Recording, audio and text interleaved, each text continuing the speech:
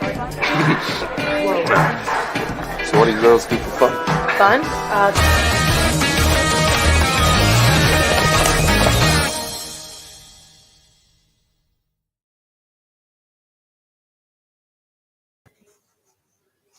Hello and welcome to Unsafe Space. My name is Keri Smith and I'm one of the hosts here. We are doing another episode of Book Club, which is where we come together and discuss books. We sort of alternate between fiction and nonfiction.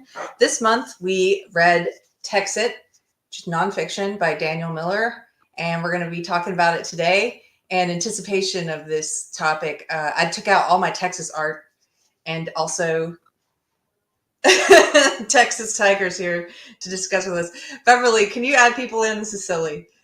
It's just me being silly. There's no one here to enjoy it. So, hello, guys. Hi, everyone. Hi. Hello. Hi. So, we have a limit today. I just learned before the show, because we're using StreamYard, we can only allow 10 people in the discussion at a time. And I think we are over our limit. So if everyone shows up, we might have to, Beverly might add someone late. If anyone wants to drop out, that's okay. Just let us know. And then she can add in whoever comes late. If you are not speaking, we just ask that you mute yourself so that there's no feedback. And if you want, why don't we start with talking just about our general thoughts about the book. I'll go first and then I'll be quick and we can go around the room. But I'm very grateful for this book.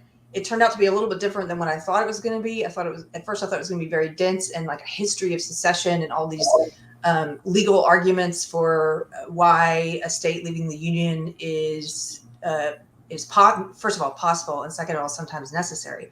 It didn't turn out to be that, and I'm happy because I think this book is written for the average citizen to be able to pick it up and relate to it. And it does include precedent. It does include discussion of Supreme Court decisions, and it includes the words of our founders and stuff from the Federalist Papers and the Constitution and the Texas Constitution. But it's written for the layperson, which I really appreciate. And after reading it, I feel I wanted to come out of it being more secure or first of all, having an opinion on Texit. And I think I do now. And I feel a little bit more secure about that opinion. So I like the book.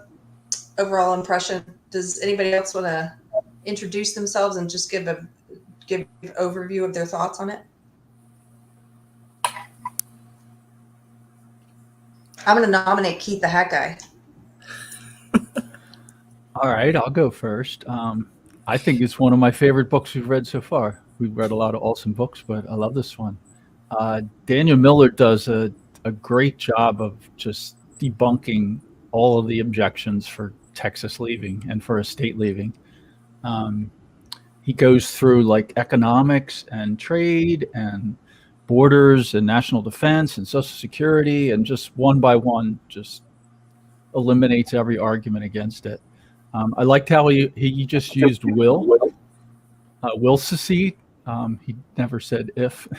It's just when and when it happens. He never says if it happens. And my opinion, like looking at all of world history, empires all end. Like all empires are temporary, and the bigger the empire, the harder they fall.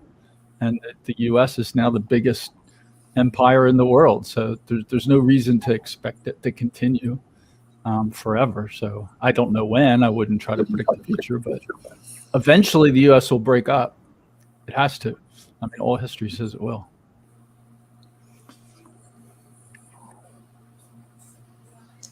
Anybody else want to jump in? Am I unmuted? Okay. Hi, I'm Sue, also known as Perky Sue. My husband, Larry. And I really liked the book. I liked how he arranged it. There was a fair amount of Texas history. He included the Constitution, the Texas version of the Declaration of Independence, which I confess I had never read. The singular thing that surprised me the most was his analysis of where and how the United States got the Pledge of Allegiance. I had no idea. I knew that under God had been added after the McCarthy era, But beyond that, I didn't know anything about it. So reading the analysis gave me such a feeling of conflict that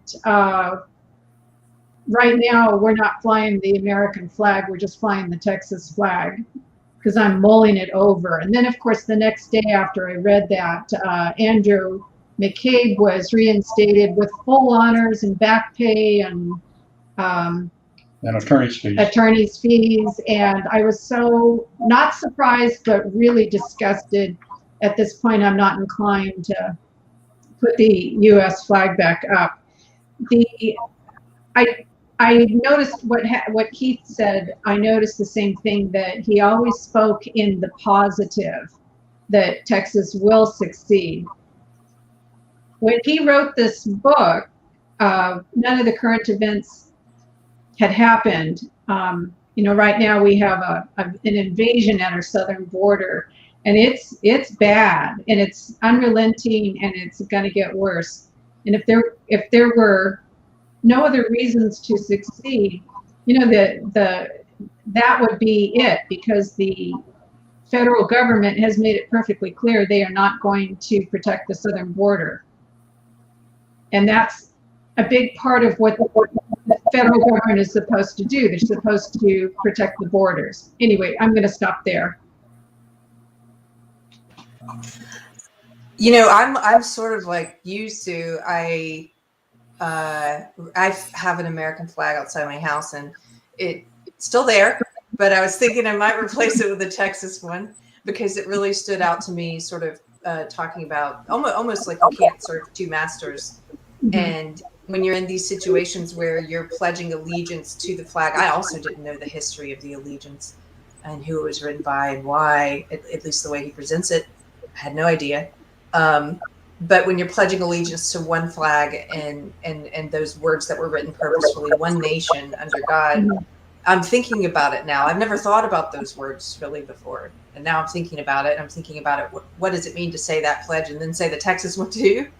And how can you do both? So that chapter really stood out to me. Anyone who hasn't spoken yet want to give their thoughts on the book?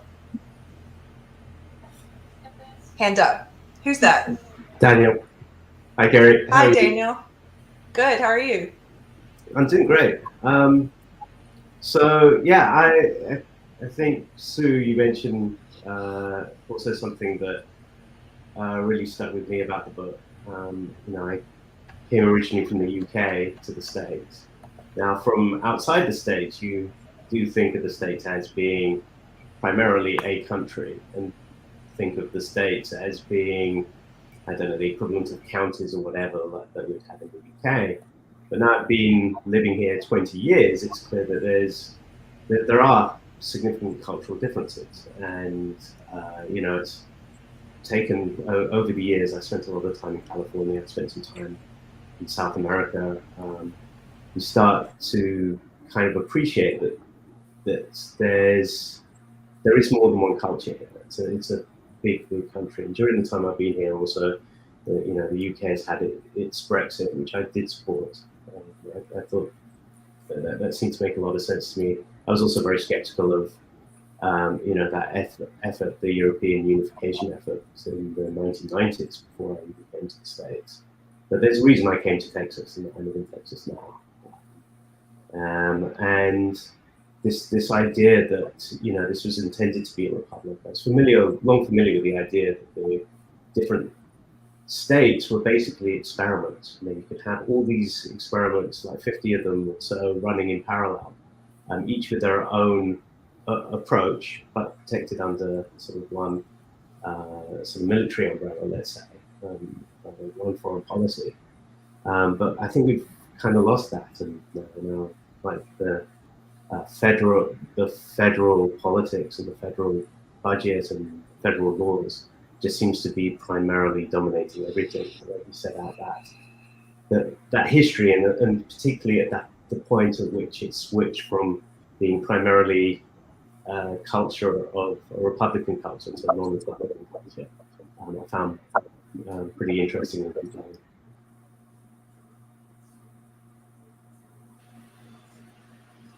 Thank you, Daniel. I love your accent, being that you're a Texan, because I like that he talks about the diversity of Texans, and also surprisingly diversity of Texans who support Texit. And anyway, I was like, wait, where's Daniel from? Oh, that's right, Texas. Well, absolutely. I mean, it's, we're all seeking a place in order to sort of like be who we want to be, and around like-minded people. It's culture, and can I ask you a question? Your co-host does talk about this a lot, about the importance of this kind of shared culture and outlook. So Carter talks about this a lot, and it's, if you've travelled around and lived a life like everyone here, I believe, has, you're aware that cultures do differ, and some are more productive and constructive and supportive than others. And I do like the Texas culture, all in all. Daniel, what did you think about the Brexit part of the book, or if anybody else wants to jump in?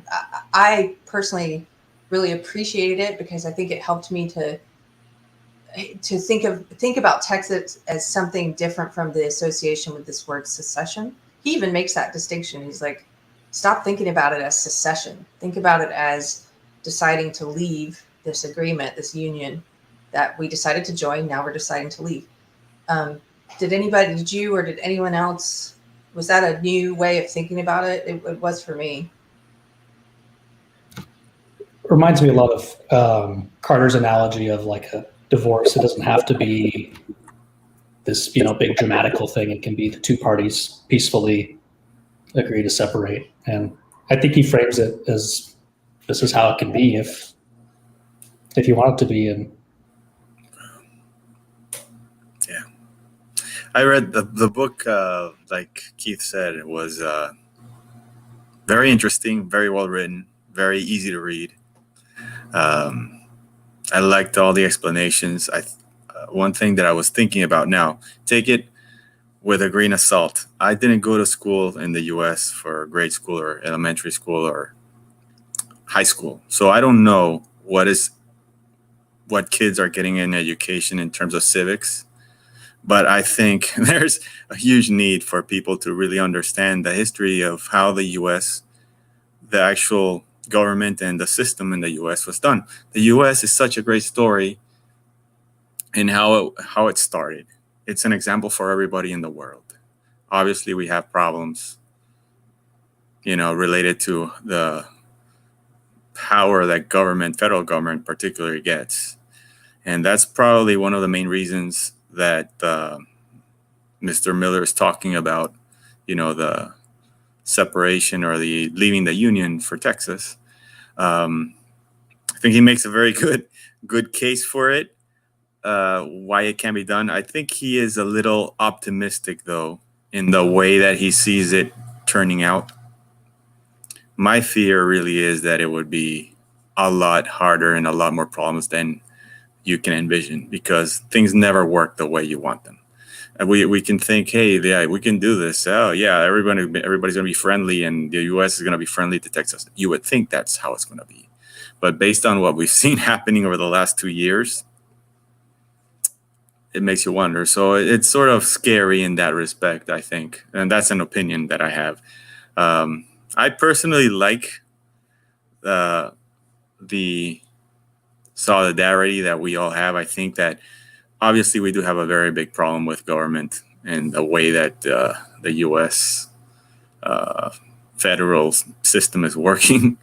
If people understood it better, maybe there is something that could be done without having to break up the country. Because my fear also is that if Texas leaves, it's not going to be the only state leaving. The U.S., as we know it, is done. And then the complications that brings on the world order is huge. Not just, we're thinking how it's going to impact Texas individually, but what's going to happen to the world, right? The U.S. right now is the leader in the world. And if we don't have the U.S. with everything that's not working right now, what's the repercussions that can bring? So sorry for the editorial there. I just want to say that, like, so I did go to school here in the US, and they never taught us that civics is not a thing for millennials and younger. That's an older idea. We get social studies, and it's crap. And one of the biggest problems, I remember talking with someone of my generation about when they abolished alcohol on the, and they made constitutional amendments about it. And he's like, why did they have to do that?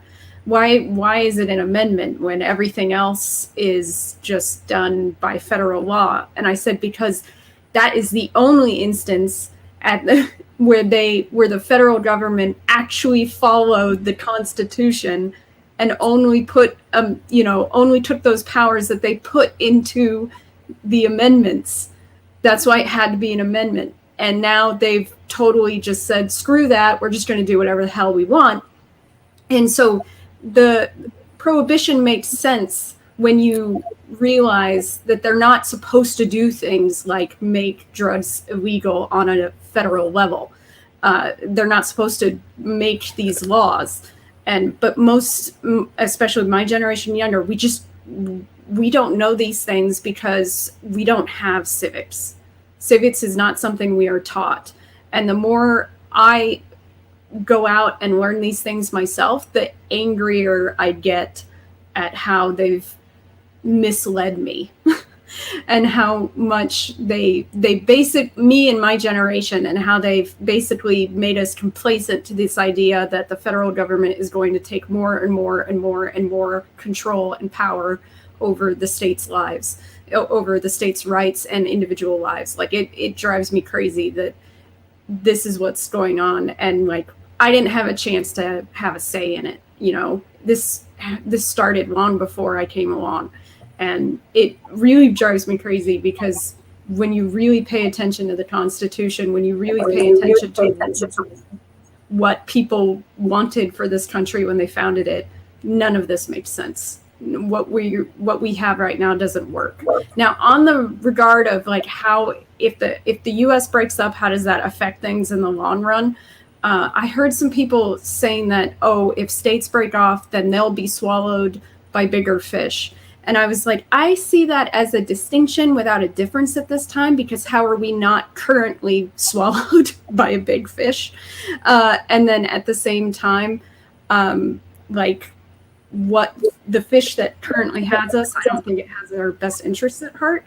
And I don't think it has the world's best interests at heart either. And that's where I stand on that point. Alex, your point about not learning civics is a really good one too, because that's also how we get all these people on social media in the past couple of weeks saying federal laws trump state law, just as a blanket statement. And that's not actually accurate. I mean, it does in some things, and it doesn't in other things, or shouldn't in other things. Also, Larry just put in the text over to the side. Larry, do you want to tell people what you put over here? Because I think that's interesting. Oh, well, I'm old. So when I was in high school, in order to graduate, you actually had to pass some classes. Give them the date. And you had to take one semester of civics, and you had to pass it. And the second semester was American government, and you had to pass that class also. Of course, I graduated in 1972. So that's like 80 years ago, I think. Is that the before times? Because they're calling anything pre-COVID the before times. I graduated in 1976 in Southern California, and we did not have to take civics. We did have to take American government. Daniel, what state are you in? I mean, not Daniel. Alex, what state are you in? I'm in Arizona. Okay, thank you. Daniel, you had something? Yeah, a couple of things. Was just when I was typing out was that the argument against Texas as a viable country and as a viable independent country, that doesn't make sense at any level. I mean, we've got a substantial population, 30 million people, a substantial domestic product, like the amount of stuff produced, but also this incredible diversity of industries and self-sufficiency. But even if that wasn't the case, I mean, I could see maybe New Hampshire is also a candidate for an exit. I agree. Secession is not the right word. It's closer to what the British exit was from the European Union. I mean, you see there are plenty of very successful small countries. I mean, when you take Singapore or Switzerland or whatever, you don't need huge populations or huge domestic products in order to sustain yourself and for that independence. So the other thing that occurred to me, I mean, there's this principle of devolution, like that power should be devolved down to the smallest entity possible. So this is the sort of like fundamental belief of what I would have called liberalism, but I guess we call it libertarianism now, is the idea that the sovereignty lies with the individual first, and then there are certain things that need to be pulled up to the family or to the community or to the town, to the the larger organization, the city, and then the country. But those things should only be pulled up reluctantly. Like the default is not that you start ruling at a global level or at a continent level. So regardless of what the system is I want to live under a system where as much authority lies in the individual, freedoms lie in the individual, and then grow up from there. Whereas I feel that really the starting assumption of now the United States and what's happening outside the United States is that that's not the case. Is that everything should be national or supranational. That's quite legitimate, quite the globalist agenda. And so I see something like Texit as being a move in the right direction. And hopefully the culture of Texas that would inform what that country would be would also reflect itself in terms of individual liberties.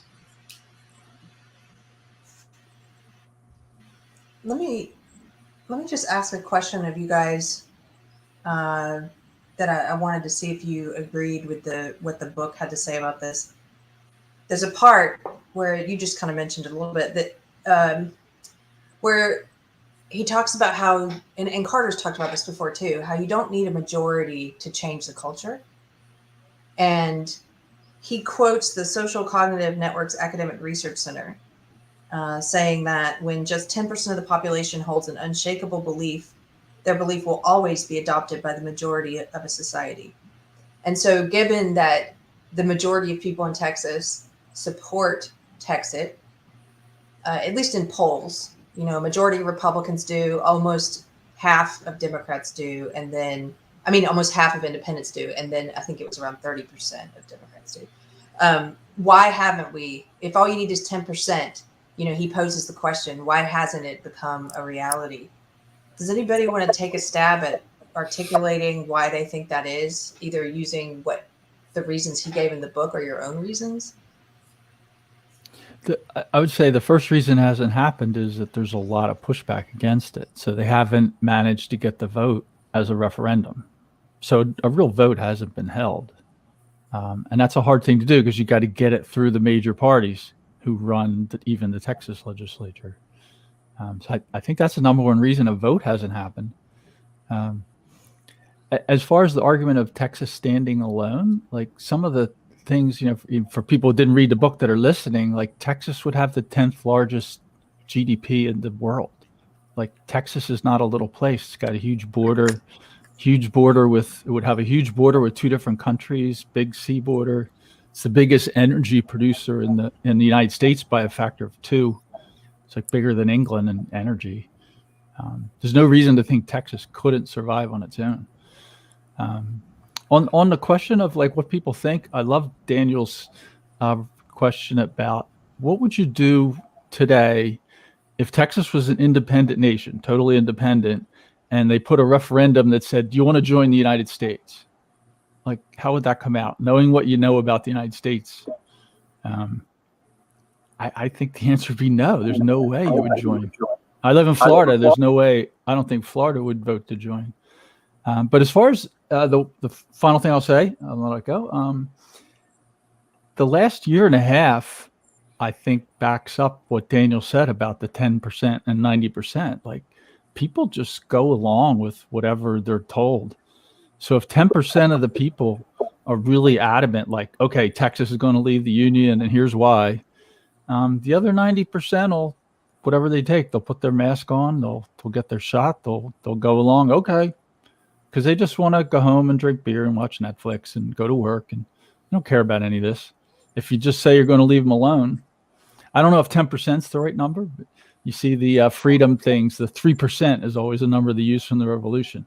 So it actually only takes 3%. I don't know if it's 3% or 10% or 20% is probably too high, because 80% of the people, easily conservative estimate, just go along with whatever the flow is.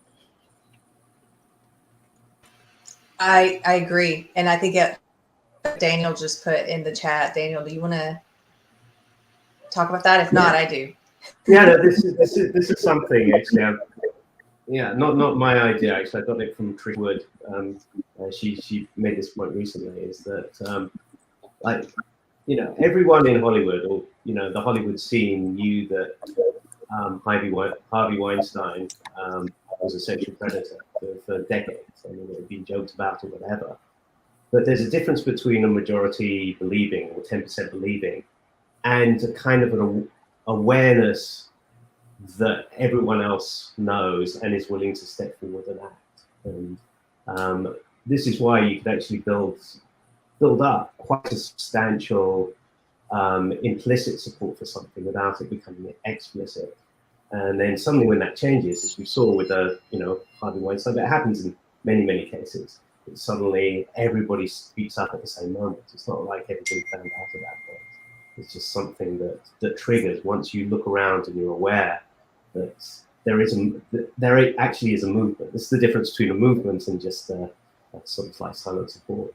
It's one of the reasons why kind of anonymous elections are such a powerful thing potentially, because it allows people to discover the majority without actually having to sort of put themselves at risk and step forward in a way that could be uncomfortable or infeasible in their life. I've had this thought on and off. When it comes to the idea of leaving the union, the last time states left the union, about 800,000 people died. And I have to wonder if that's part of the reluctance, is that a war would be devastating. This time it's not going to be 800,000 people. But what Daniel Miller pointed out is that the Soviet Union broke up and there was no war. It was, I can't remember the time frame, but it didn't take that long, I think under 2 years. And I might be wrong on that, so don't quote me. But and by and large, by mutual agreement, of course, it was different circumstances. People were starving to death and they were just done being told by Mother Russia how to live their lives. But here, we're relatively affluent compared to the rest of the world. And Texas is actually relatively affluent compared to about 1/3 of the states. Anyway, but it's occurred to me on and off that people might be afraid of a war and what that means. Yes, and I think he makes the case. That's also been something I've been afraid of. And I think he makes a good case he doesn't think that's what would happen. He thinks they will let us go, that they would let a state go rather than start firing on their own citizens. And he lays out a number of reasons that I thought were pretty compelling, that I have to think about it some more, but I think might have shifted my opinion, because up until I read this book, I was thinking they wouldn't let us go without a fight. But now I'm think sort to of, take the position yeah. to take the position that the war is inevitable. First off, you have to assume that the current president is as evil as Lincoln, which I mean, there hasn't been one that bad for a long time. I don't think that would Keith, tell us how happen. you really So feel about Lincoln. the question, Lincoln's, well, I use two criteria for the worst president in history. So one criteria is to expand the federal government unconstitutionally beyond what it's allowed to do. Lincoln wins on that one. And also the second criteria is who got the most Americans killed by their actions. Lincoln wins on that one too. So it isn't even a question who the worst president is. So my point is, like, you have to imagine that Biden would send the Air Force to and nuke Austin. Like, do you think Biden would nuclear bomb Austin? I don't think he'll do that. I think we've only had one president in my lifetime that would actually use military force to stop a secession effort, and that's Trump. I don't think any of the other presidents in my lifetime would have ever used military force to stop a state from seceding. It's just politically and gut-wise, none of them have the guts to do it. None of them have what it takes to do it, both politically and the intestinal fortitude necessary. In all the other places, where secession has happened, I mean, including the United States in 1776, when the 13 colonies formed states and seceded from England. Brexit is an example. As somebody brought up, all the Eastern European countries, from Ukraine all the way down through, all of them seceded from the USSR. There was no war for any of that. Namibia seceded from South Africa when Nelson Mandela and the ANC took over. That was peaceful. There's no war. There's lots and lots of secessions. So it's not inevitable. You have to argue, I like the national divorce. A lot of people throw that around because secession has this bad word. So when you equate it to that, you're saying that, if a woman leaves a man, then the man has the right to go shoot her if she doesn't come back. That's the argument. Go ahead, Keith. Sorry. The argument, my final thing, I'll just say, like, it relies on the force makes right. It's like force answers moral question. The might make right thing. People say, oh, the Civil War answered this question. Like, that's bullshit. That's saying that, like, if you get in a fight, the winner of the fight just settled a moral question. That's not true. Go ahead, Alex. Yeah, I was going to say that to me, if a union does not accept certain members trying to leave that union, they're not really a union anymore, because the whole point of a union is to be united by choice. So if you're no longer united by choice but by force, then it's a mockery of anything that could possibly be a union. At that point, it loses all legitimacy. And at that point, I don't care if there's a war, if people fight, because isn't self-determined governance one of the things worth fighting for? Isn't that what America fought for in the first place when the country was founded? Like, to me, a lot of people say, oh, it's un-American. I'm like, I don't think you could get more American at that point. So to me, a lot of this comes down to, like, do you value your safety more than you value your self-determined governance? And I don't value my safety above that. I don't value other people's safety, other people's self-determined governance over my own safety either. Like, I feel like it's a higher level of importance. Yeah. You might also find that when there's a sort of strong cultural difference, it might not necessarily be opposed by the blue states, for example. So if you think if Texas did leave the Union, then that would make the rest of the Union, on average, more blue, because Texas is a red state. So I could imagine a lot of the people I know in California saying, sure, go ahead. We'll Yes. and then the experiment starts. Yeah, Keri, you I bet you know a few too.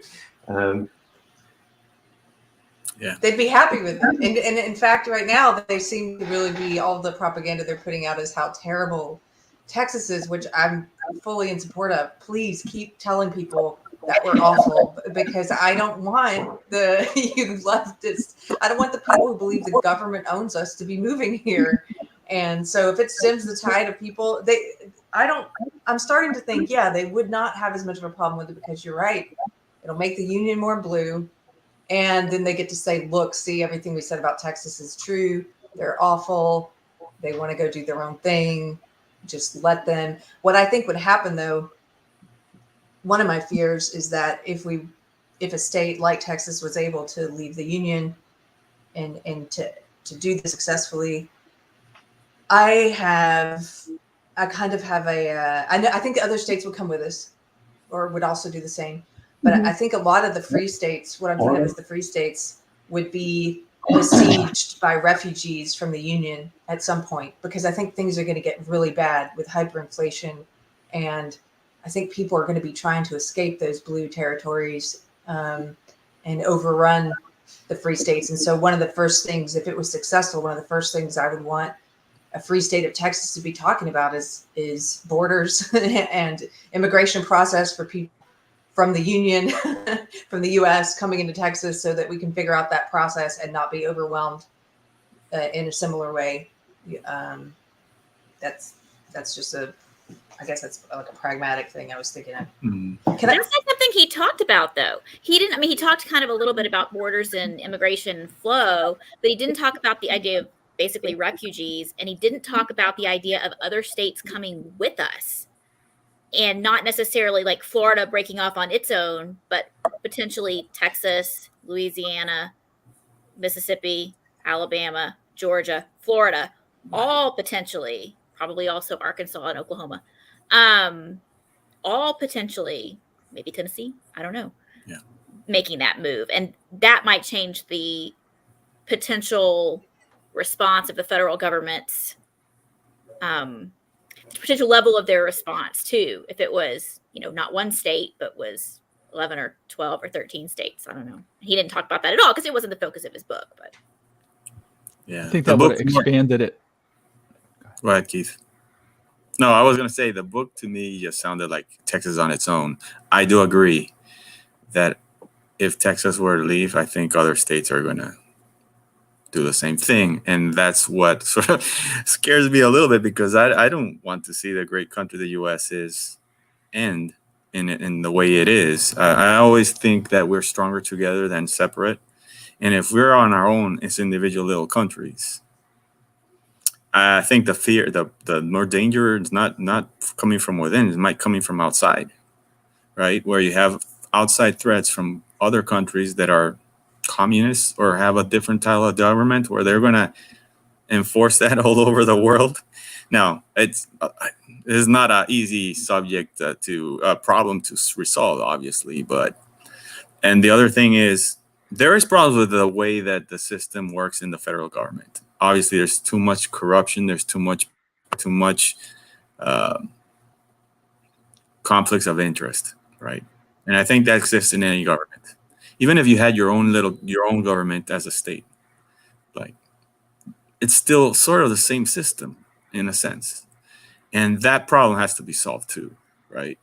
You can't have people that are in the Congress or the president, there's so much conflicts of interest that happens in government and I don't know how to solve that, but that's one of the problems that leads us to where we're going on right now. Or at least that's what I see. So do you see a bigger threat from the outside to the integrity of the United States, or from the inside? Well, I don't think that people in the U.S., like citizens like us, would be accepting any state attacking or other countries attacking another state, because I don't think people would go for that. Maybe there would be some crazy people in power that might decide to do that, but I don't think the majority of people would want to. Because I think the vast majority of people are probably thinking like us, and we have a brotherhood. We care for our citizens. Obviously, there's been a lot of divisiveness over the last year or two, or not last year. I mean, it's longer than that. But I think overall, most people have the same values in a general sense in terms of ultimately what they want, right? I think most people want to be free and they want self-determination. We're losing that. That's one of the reasons that this Texit book was written, right? But I do fear like outside forces from outside countries that could take advantage of a situation like this, right? Because I mean, it's different to say, well, Brexit, obviously the UK, it does not have the level of leadership in the world as the US has. The USSR, it had power back then before it broke up. Where is it now? Now, obviously, this is a completely different situation. But if we were to break up, I think obviously the leadership role the U.S. has is probably going to end, and maybe it's ending anyways. But I think, do you not think his chapter on the national debt was sort of talking about how it's ending anyways? So that kind of helped me get to that place of, can this be reformed, or does it need to be abandoned? And I don't think we can reform. I no longer think we can reform the excesses of where when he talks about how the federal government is now so large, he says, if it was its own standalone country, it would be ranked 75th in the world by population. If it was a state in the union, it would be ranked 5th among the other states. And then that whole paragraph on page 94, where he talks about all the federal programs and duplicate programs, 342 separate economic development programs, 130 programs serving at-risk youth, 90 early childhood development programs, 75 programs funding international education, et cetera, on and on and on, and how it never seems to make itself smaller. It just keeps growing. So I think maybe I hear a lot of in your voice. I think I was there until recently, and recently I've started to think, but what if it can't be reformed, and we're going to hit this crash anyway? So what do we have to lose? Because the debtors are going to come calling. We've racked up all this, over 20 trillion in national debt. And now they're to the point of absurdity where they're talking about, what if we just mint a $20 trillion coin? I don't know. Does anyone have any thoughts on what Manny's saying? I think while you can. I think Texas leaving the United States makes Texas safer from all the countries in the world, not more dangerous. So if Texas does leave and doesn't continue the American intervention wars all over, why would anybody attack Texas? Like, you pick a bad one, say China. China's going to want to sell cell phones and computers and towels. They're not going to attack Texas. And then the second part of that, he talked about agreements between countries for defense. So Texas has a significant military size. Like, it's bigger than most countries by itself. And it's got plenty of money and fuel and all that. So Texas could put up its own pretty formidable military. And if somebody did go after Texas, once trade is established with the United States has a lot of incentive to jump in. Like, just pick out one thing, that Texas is the biggest energy producer in the United States by a factor of 2. I didn't know this till I read the book, but it turns out Florida is second, and it's half. So, like, you want to lose that? Like, the United States can't allow that to go.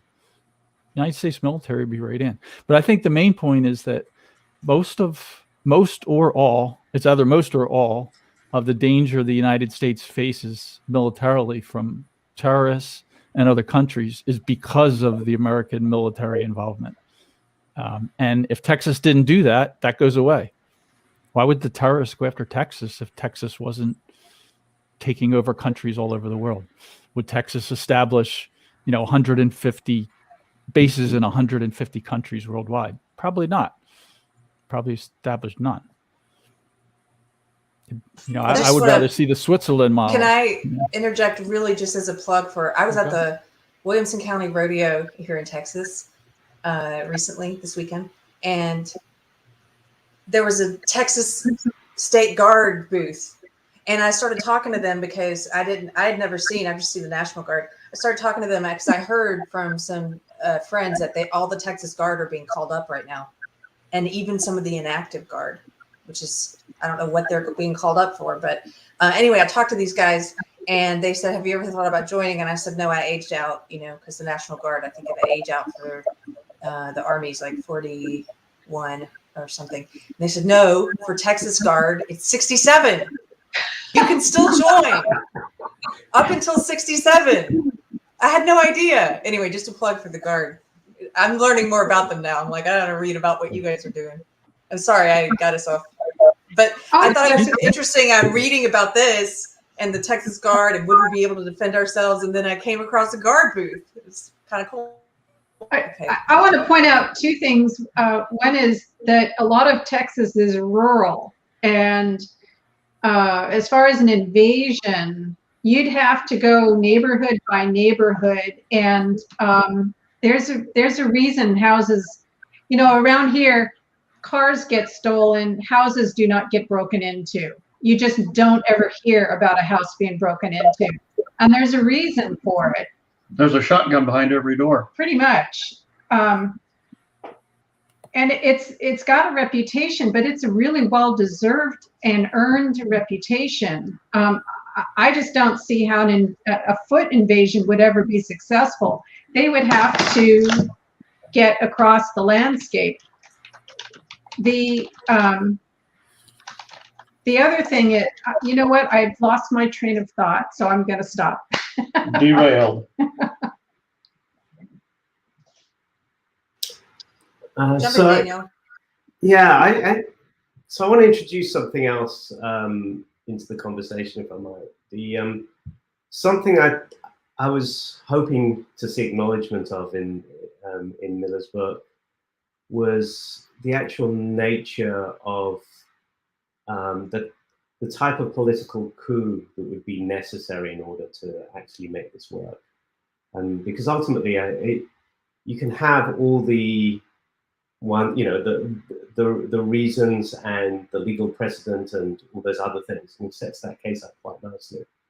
But if you see how these changes take place in history, and it doesn't matter which country or which era you look at, there's a leader and usually a plan and usually a certain amount of subterfuge involved in actually executing one of these. So for Brexit, there was Nigel Farage, and it's hard to see how Brexit would happen without that single individual doing what he did, creating the UKIP party, having been an MEP, a member of the European Parliament in Brussels for a long time. But you could equally say the same thing about how the Russian Revolution wouldn't have happened without Lenin, if you read the history about what he managed to do. So you need more than just the justification and the right to do something, especially when you've had a status quo where Texas has been, as part of this entity called the United States for now accounting into centuries. You need something else other than, justification and laws in order to make it happen. You actually need to execute it in a more wily and practical and political way. And he didn't really talk about that at all.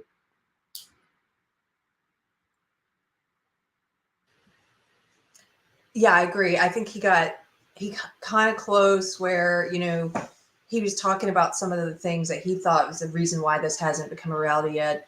One of those being money and people willing to actually, and then he sort of said, it's not that people who support Texit don't have money. It's that they don't donate. They're not donors. And then he talked about, being political novices and amateurs is what he called us.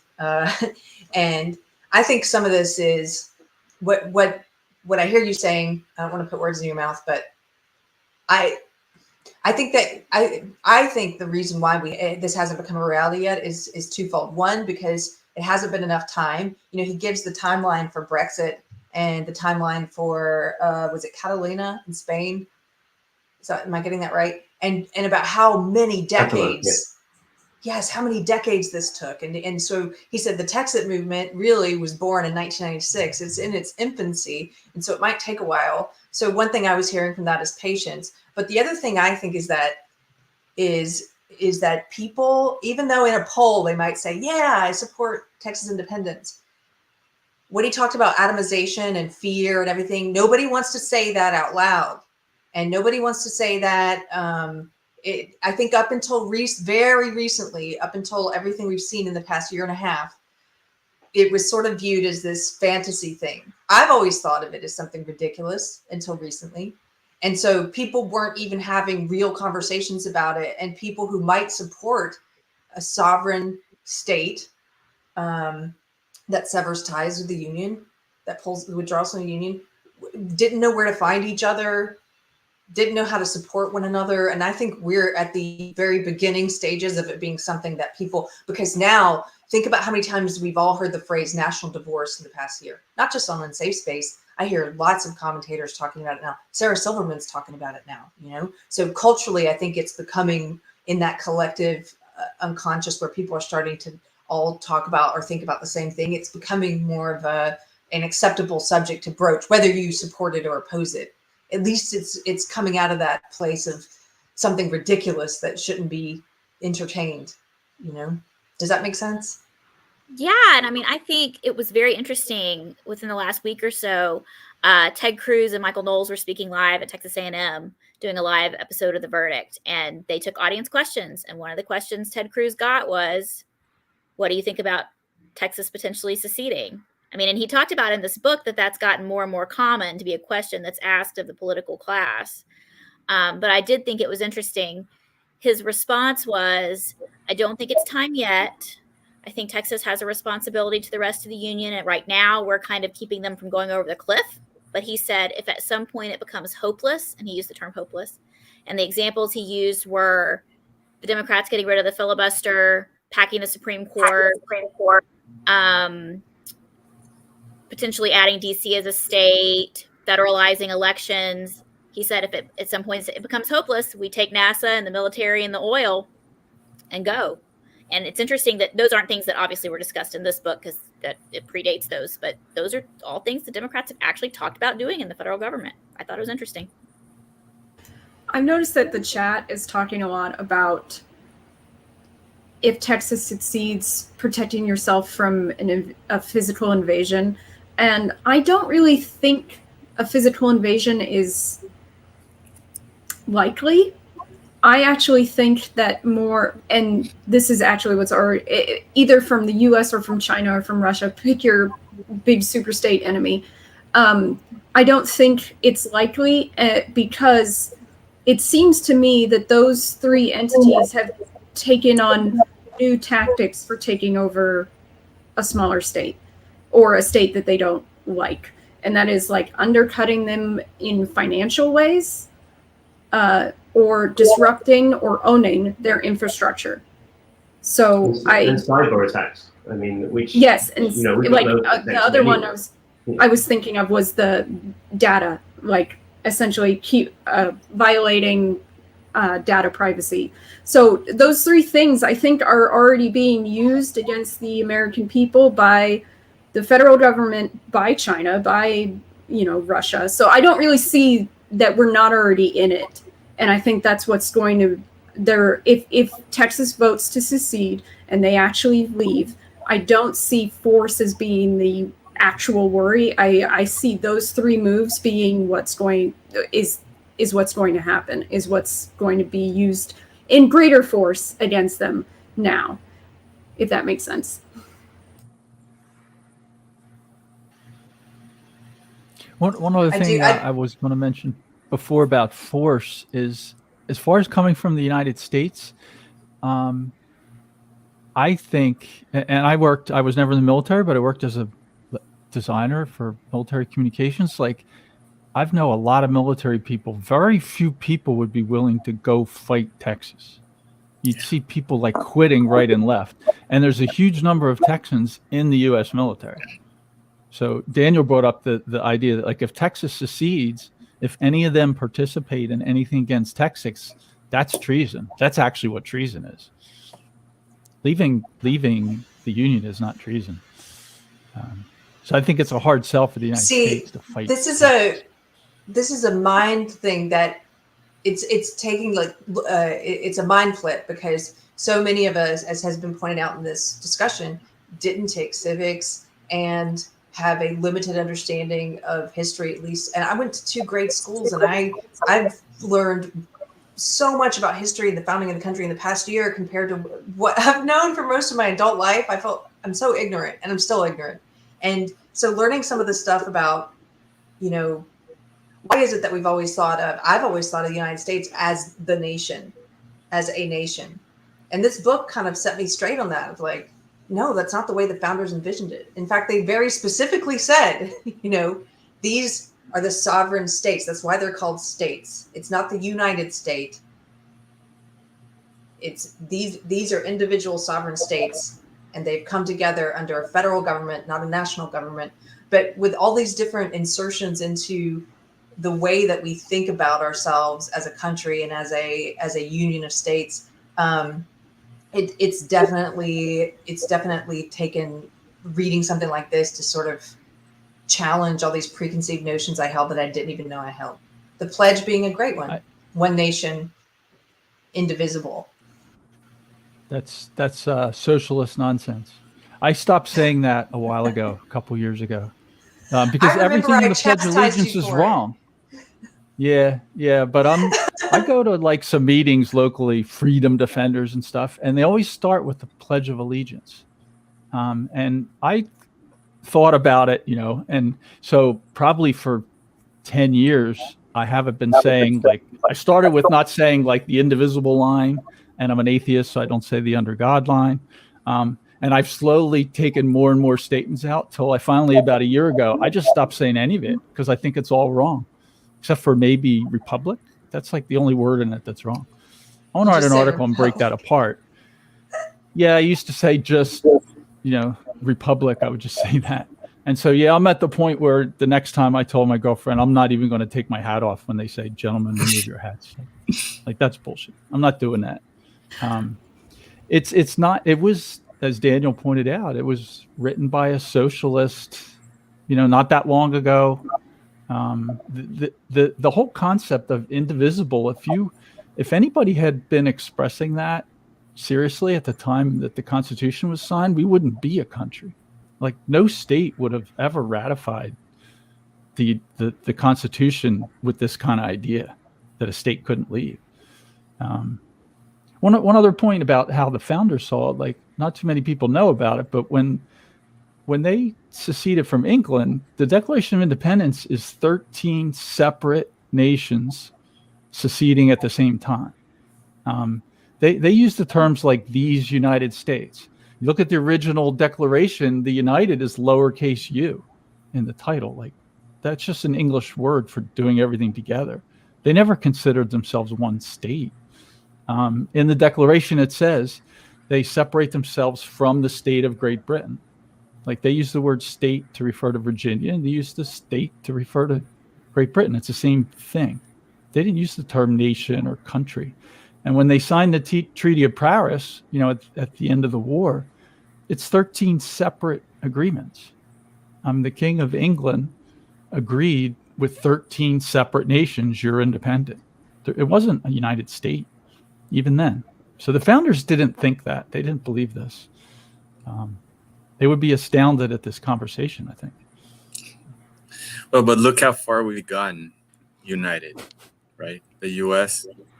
together, all those states that got together. And sorry, I look at it from that perspective. Do it. There's a lot Go of ahead, good. Manny. There's a lot of good that comes from being together. Now, I'm not saying we don't have problems, and I'm not saying that there is not a valid argument for, maybe breaking off, going on your own. But I do think that it's not going to be as easy as it sounds. There's going to be a lot more problems that we don't even envision that will come up. We're going to probably cede power to another world power that will take control and impose itself on the rest of the world. And we won't have the ability of doing it. And unfortunately, I think the U.S. is the leader in the world. I see the U.S. like the big brother of every Latin American country. Like everybody, everybody aspires to be like the U.S. If you ask so many other countries outside, and if that were to go away, obviously there's problems. I'm not saying there isn't, and the federal government is too big. That's why we should get back to civics and teaching kids in a early age what's the real story of how things evolved and why things are the way they are, and why there should be limited government on a federal level. And, you know, because that's just how it's supposed to work. It's not working that way anymore because it's becoming like a big, huge balloon now, where now, you know, there's a lot of issues with the corruption that we see in government. But anyways, I'm going on a tangent again. I think there is a lot of things that have come up that are very good at being together. I think that maybe throwing the towel in is maybe not made. Well, I don't think it's the right time anyways. I think is there a way to fix the problem? Is it a way for states to get together, the governors of of all states, and maybe get a way to sort of, I don't know, maybe there isn't, but to limit the federal government's power, right? And start going back to the way it should be. I mean, can it be turned around? Hopefully. There's a historical question there that you could ask, and maybe people here who know their world history better than I do could answer. But are there any precedents of states getting smaller without some kind of separation or secession or revolution or something like that? Just I can't think of one. It's never happened. One instance. Yeah. Say again? Has it ever happened in any period of time in any country or system where a state has voluntarily shrunk itself, like the public sector? I don't think it's possible. I think that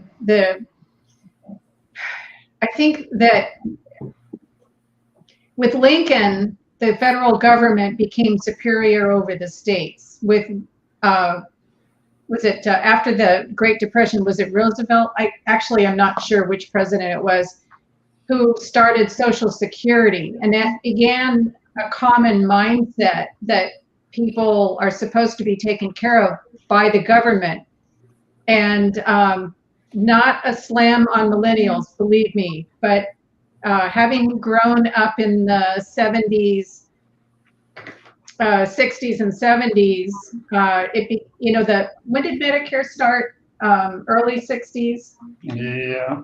So people pay into it. I mean, you hear elderly people say, "Well, I paid into it, and I deserve it. I paid for my medical care in my old age." And the thing is, if you do the dollars, if you figure it out, somebody who's 80 probably paid in at most $30,000 over a lifetime of working, but is getting benefits well in excess of 100,000.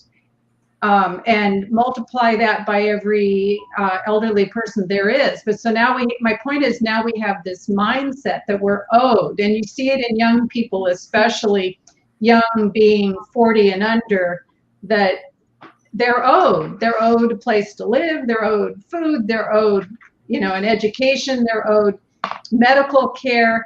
And at the same time, we have Democrats and Republicans who are corrupt to the core. Their only real goal is to stay in office and reap the benefits and become rich. And it's both parties. It's not just the Dems. It's definitely the Reaps, because the Reaps do absolutely nothing to slow or stop the corruption that goes on. They're just quieter about it. And what are you calling them, Sue? The Reaps? Reaps, Republicans. Sorry, I should say Republican. And unfortunately, I just don't see us going back to an earlier time where we had less federal control over everything that we do and say and buy. And recently they were floating this idea of every transaction over $600 should be reported to the IRS. And then they backed way off. It's a plan. This is how they do it. Then they backed way off and said, well, no, we're going to stick to the 10,000 for now. So they've introduced the idea, but it shouldn't even be 10,000. Why should the IRS be informed, or the federal government, or the DHS, or what's the one after Homeland Security? It's none of their business. If I sell a car and I put 10 grand in the bank, it's absolutely none of their business. But people have come to accept that the federal government is supposed to keep track of all this. That's for our good and so forth. So I'll stop ranting. I just don't see us going back, and it's terribly unfortunate, but I just don't see it. The trend that I've seen since I've been paying attention, which is high school in the 70s, is the government's expanding, and it's training people more and more to be dependent on government. We're talking about civics versus social studies. Like, I was the age where I saw the transition. So when I was in like grammar school, we still had civics. I remember I still have my diploma from 8th grade. It's got a copy of the Declaration of Independence and the U.S. Constitution in it. Like, that's what they were doing. But when I went to high school, they started social studies. So I started learning, the government is in charge. And I watched that transition. And when I was in college, it was getting worse. I graduated high school in 78. When I took American History 101 in college as an elective. I was an engineer, but I took it from a great professor. The first day, his assignment was, for today, I want you to go home and I want you to forget everything you ever learned about American history, because the only point of any of it was to make you love your country and think your government's the greatest. And then come in Wednesday, I'm going to start at the beginning. I'm going to tell you what actually happened. That was like shocking. At 18, I was like, whoa. But I think he was right. And I really liked him. I would go after class a few times and talk to him. I got to know him a little bit. And by the way, the guy was Paris Glendenning, who eventually became a 2-term governor of Maryland. And I still lived in Maryland then. And I remember when he became governor, I was like, I don't even know what party this guy is. Like, he taught American history in college, and I didn't know what his political views were. I don't think that happens anymore. Talking to my nieces and nephews and people's kids, like, you definitely know the political view of your history professor. They make it quite clear.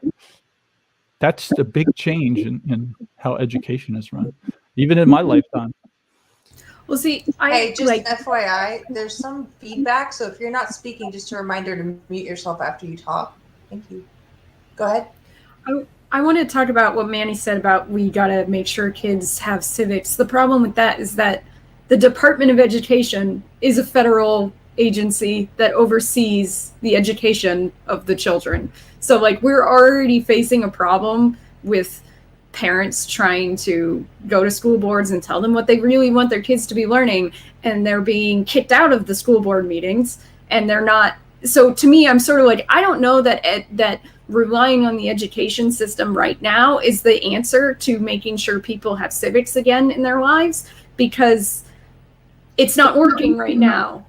And the Department of Education already is the federal government. They already have a reason to push the idea that you need to rely on us, with the children. So I don't know that that's an answer. And it's not, like I said, I grew up in a time where social studies was standardized, but, and it wasn't I was in high school, I did take government, and that was when I learned that the word state meant what we consider nation as Americans. And that was kind of a wake-up call for me. That one thing, and I always remembered it. And then that same year, I think it was,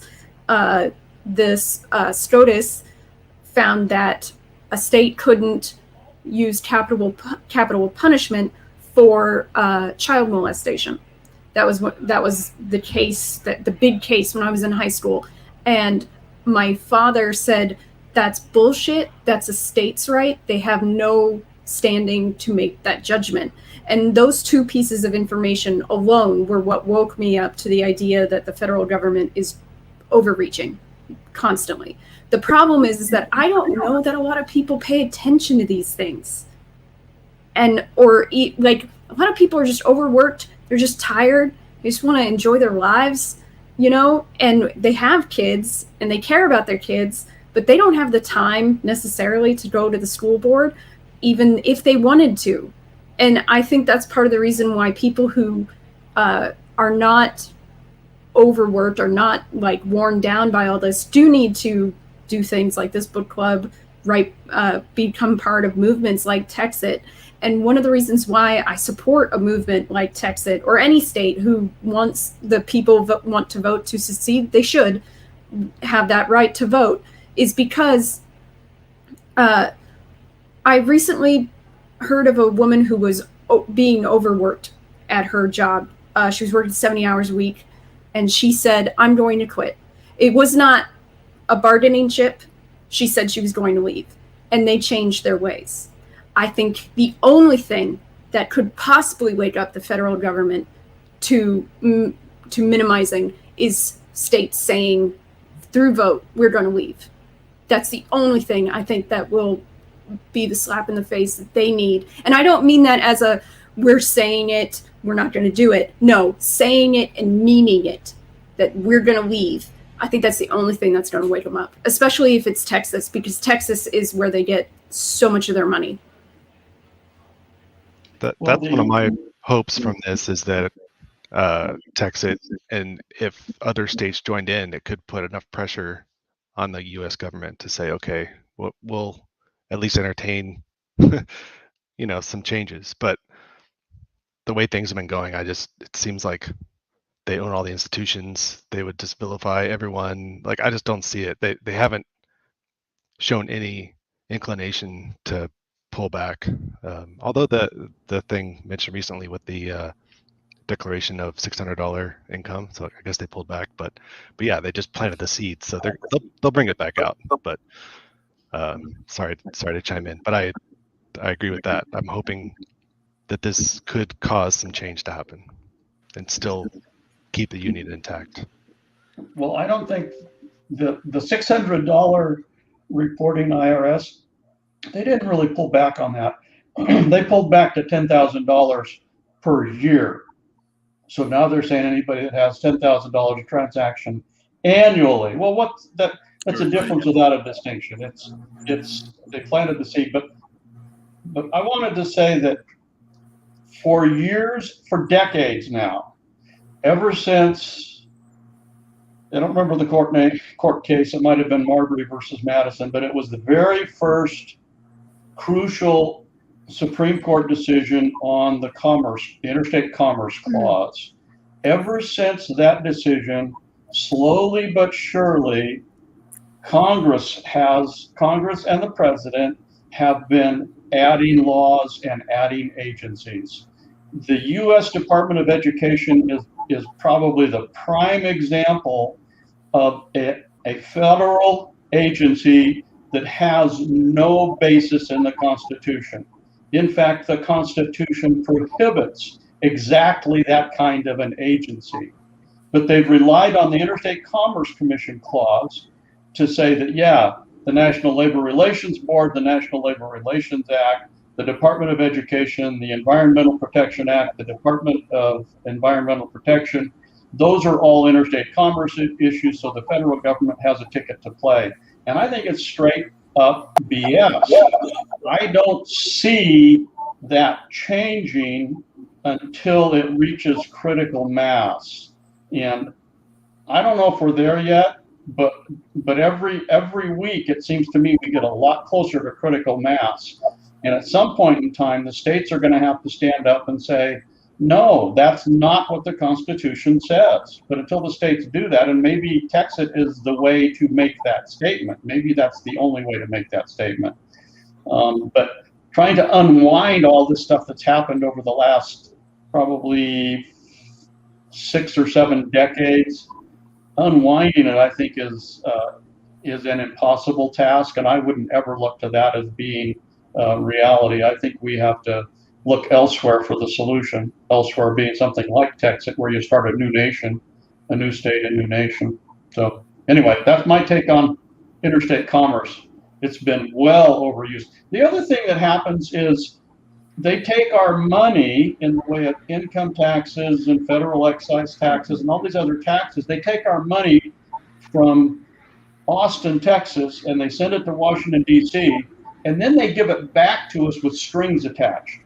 If you want money to build your highway, you have to adopt these certain rules. So they're not violating the Constitution and taking over a state's right. They're simply coercing you. If you want your money back, you got to follow their rules. So that's the other leg of the three-legged stool is the coercion. If you want your money back to buy a new fire engine for your fire district, you have to follow these certain rules. And one of those rules is now, or will be shortly, you got to get a vaccination, or you don't get grant money. You got to get a vaccination, or you don't get a grant to buy that fire engine. You don't get a grant to help build that overpass. You don't get a grant to help repair that bridge unless your state adopts a mandatory vaccination plan. So enough ranting. Yeah, for anybody this was in the chapter called Causes Which Impel Them. And these numbers just shocked me. For anybody who's just watching and hasn't read this book yet, it says on average, Texans $265 billion per year in taxes to the federal government. Federal government expenditures in Texas at best account for only $162 billion.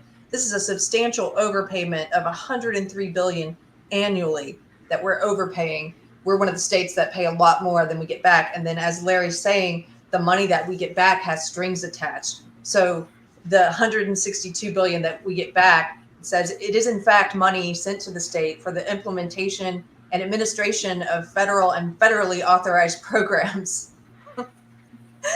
They're such extortionists. I'm sorry, just reading this, I was thinking, wait, this alone, I think if most people knew, would help open their minds a little bit towards the idea of reclaiming sovereignty for the state. But yeah, just wanted to. That was actually It's hard to even. a complete surprise to me, because I always keep hearing this narrative that red states are always taking more money than blue states, and like I don't know how true that is, and but yeah, that's always kind of a bragging point from California. Is like, oh, we subsidize the red states, and like, well, you really don't have to do that. They can go off and do that on their own. I don't know about probably states don't need. Yeah. I don't know about states like Alabama or something, for example, maybe, but not Texas. And I think this is another great point that people make a lot, which is Texans don't consider themselves Southerners, which when I moved here, I thought was so interesting. Because I'm a Southerner, I'm from South Carolina, but now I'm a Texan, and that's different. They're like, don't lump us in with everyone else. We're our own thing. I did think the author did a really good job nailing the attitude that Texans have about being Texan. It was accurate. I think people in other states that have never traveled here or stayed extensively don't know, but that is how it is here. Yeah, Texan is a thing, right? If somebody say where are you from, you could be in Europe. People say Texas. They don't say America. You can be a Texan. I live in Florida. Floridian is a thing. You can say you're in Florida. But I grew up and lived most of my life in New Jersey. Like, nobody says they're a New Jerseyan. Like, I never heard anybody say that in my life. With pride. There isn't any word for that because nobody's all that proud to be from there, I guess. Snooki. I'm glad I left. New Jersey's not going to secede. The Jersey Shore. You're proud of it. Jersey Shore. No, it's not. I don't mean to harp on people there or some of the stuff. And I lived in South Jersey. I didn't live in North Jersey. I lived in a part of New Jersey where people would say, "Oh, you're from New Jersey?" People would say, "No way, man! I'm from South Jersey. I ain't from New Jersey." I used to have a shirt that said "South Jersey, the 51st state." That was a popular shirt when I was in high school. But even so, like my point was, like, there are some states that have a real identity, and Texas is one of them, and Florida's one too, where I live now. New Jersey isn't. New Jersey would be the last one. Like, they would be hanging on to the bitter end with the federal government nanny state. Well, Oh, somebody absolutely. about education. Just quickly, people in the chat here, the private chat. If you guys want to speak up, I think Zayo and Daniel, a few others are talking about the education system and allowing the federal government to indoctrinate generations of children. What I've learned about Texas is that most school children in Texas used to get, I think it was at 7th grade or something. Anybody who grew up here, let me know. But they would get an extensive Texas history. Is this right? Yeah, all of Josie? 7th grade. All of 7th All grade. of 7th grade was Texas history. And from what I've heard from people who grew up here, like my husband, it was like that you knew more Texas history than you did federal, than you did U.S. history. Right. And what's happened in the past 10 years is they've been slowly just dismantling that completely and taking it apart. So people, and I think that's intentional, so that kids aren't getting that state pride and that identity as a Texan in the way that they used to. And if you look at his stats in this book, he talks about one of the round, I forget where this part's at. Do you guys remember the part where he says, interviewing people about how do they identify? And it was, I think, over 50% of Latino kids in the state of Texas, they identify as a Texan first and like American second. But that doesn't benefit the federal government for people to be like, Texas history, and I know I identify as a Texan, and so I think that's why that's been under assault. Sorry, I know I talked over someone who was trying to talk. I think it was me. I grew up in Arizona. I wouldn't say most Arizonans have although we do have a name for ourselves, have a cohesive culture idea. And I think the reason why is because, so when I was a kid, all the kids were born and raised in Arizona. Everyone in the generation above that came from somewhere else. They came from Chicago. They came from California. Like, everyone moved here. And I think air conditioning was a big part of that. But then, now before the 2008 crash, Arizona had a huge influx of people from California because of realty was our biggest industry here. You could just buy land like crazy because it was just not developed. So it was cheap compared to living in California. And that's one of the reasons why I say Maricopa turned blue. But so I don't really think most Arizonans, I hardly know any born and raised Arizonans besides myself. So to me, I don't think we have that cultural identity. And honestly, I want it at this point. I feel like it's lacking. And I kind of hate the fact that modernity allowed us to move around quite so much within the US, so that everyone is like, I'm just a US citizen. I don't consider myself from this state. I feel like that's kind of a loss. And I think it affected how people, not just the whole no more civics, no more telling people that we're individual sovereign states. I think that also greatly affected the U.S. citizen culture, that we are all one group. And it always bothered me that they compared all of the U.S. to single European countries and stuff like that, because I felt like that was the silliest thing you could do, because we're so big, we have so many subcultures, and I kept saying compare individual states to individual countries in Europe if you're going to do that, just because the data would match better. And now I understand that from the perspective of comparing states to states, that would also still match better. So I kind of feel like we've lost a lot when, not just because of the loss of civics, but also because of the ability to move across the country. It used to be generationally you would stay in the same state, and I don't think that's much of a thing anymore. People move for their jobs. I do think Texas is a little special, though, because we tend to absorb people. We tend to absorb like-minded people who move here. So I know lots and lots of people who consider themselves, gung-ho Texans, one of whom is leading this chat, that are not native to Texas. I'm not native to Texas. I moved here when I was almost 11 from Georgia. So it's a little bit different there too. But I'm sure it's, you know, not true in every single state. You know, do you guys know any first generation immigrants to the U.S., legal immigrants, who've gone through the whole process? And have you ever talked to one of them? I have, where you realize they know so much more about our founding and documents and history and the way the government is supposed to function than I do, because they've had to study to pass, you know, to pass the test and get their citizenship.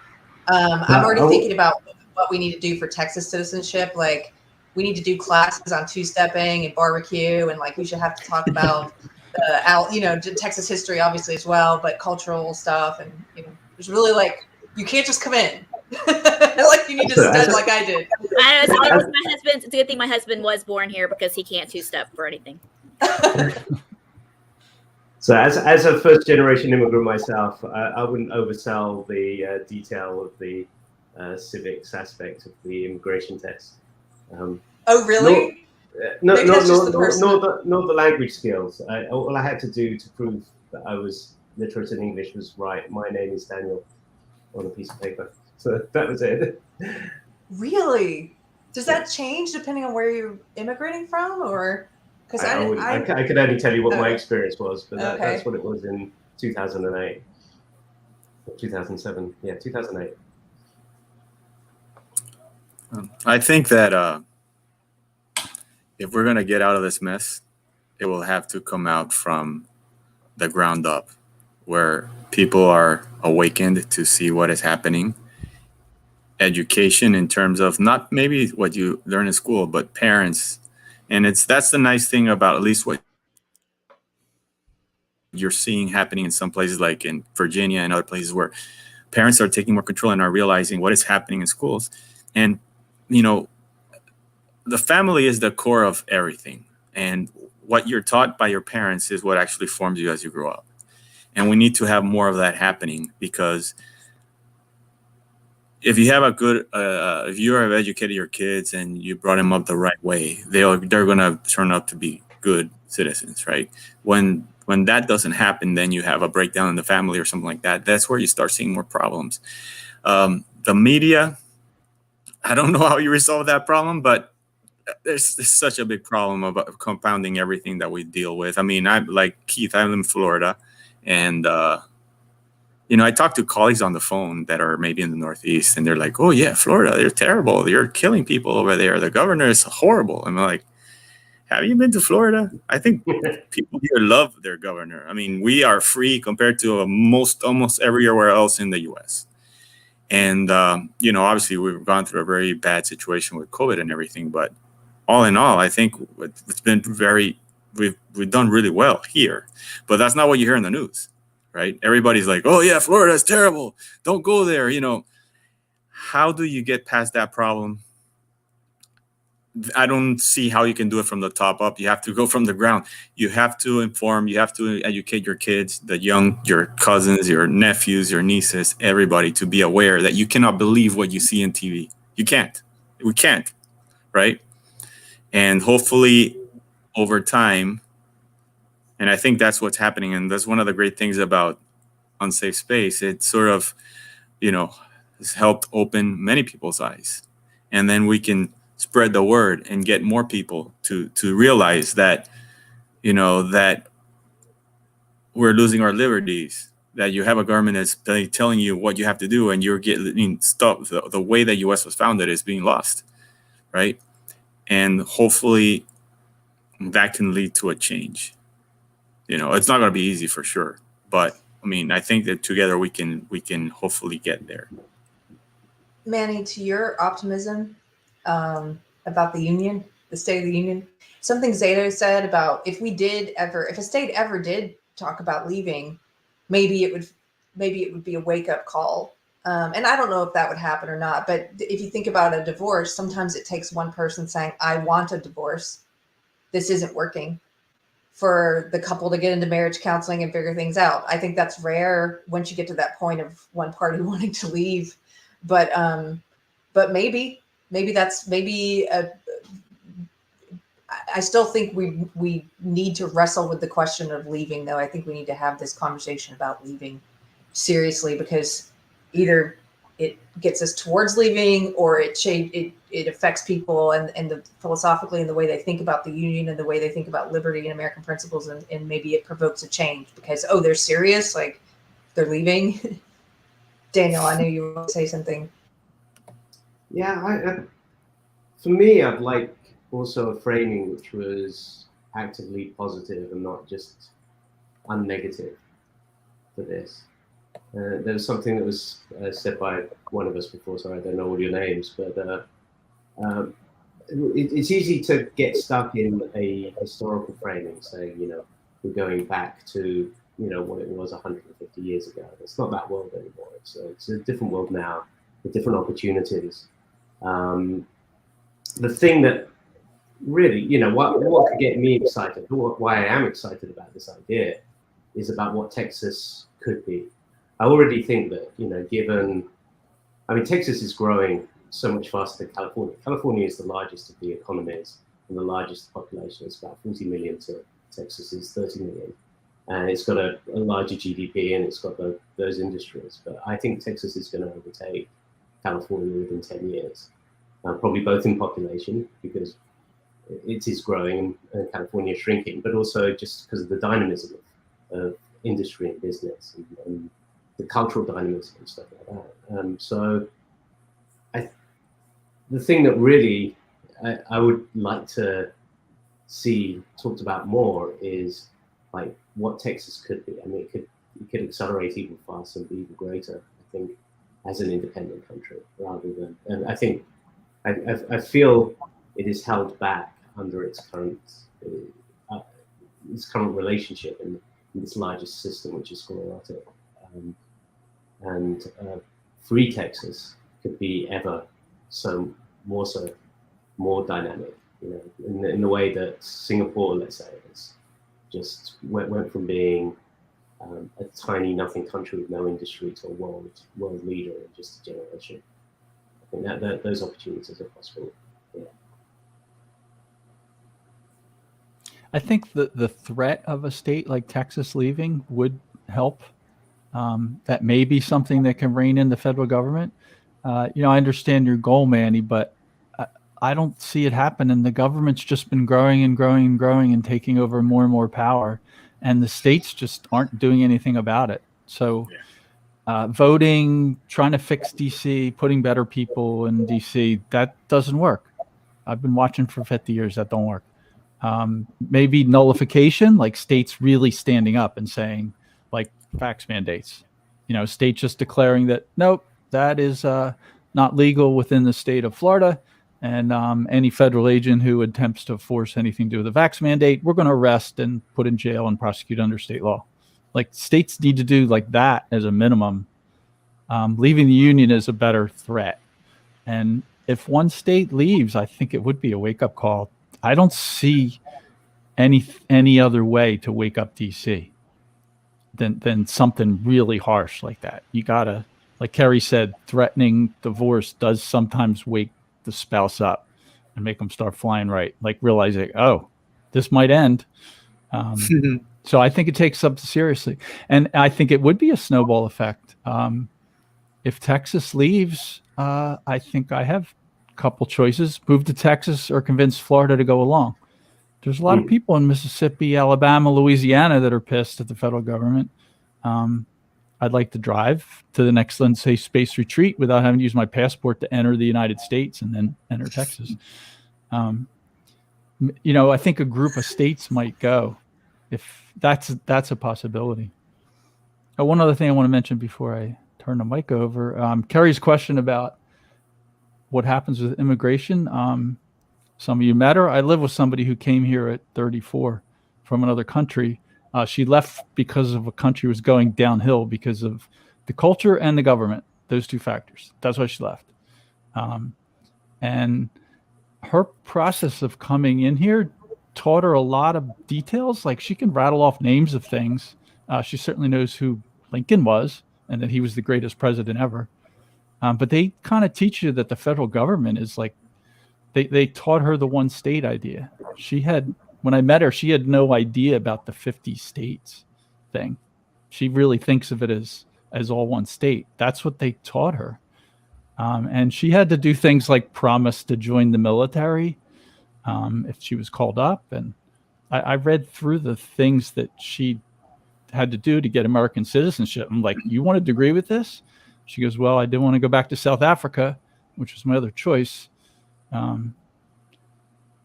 And she watches the news and she says, yep, this is exactly what was going on in Pretoria in the 80s when she was in high school. They were tearing down the statues and marching and busting into businesses. And like she says, it's happening here.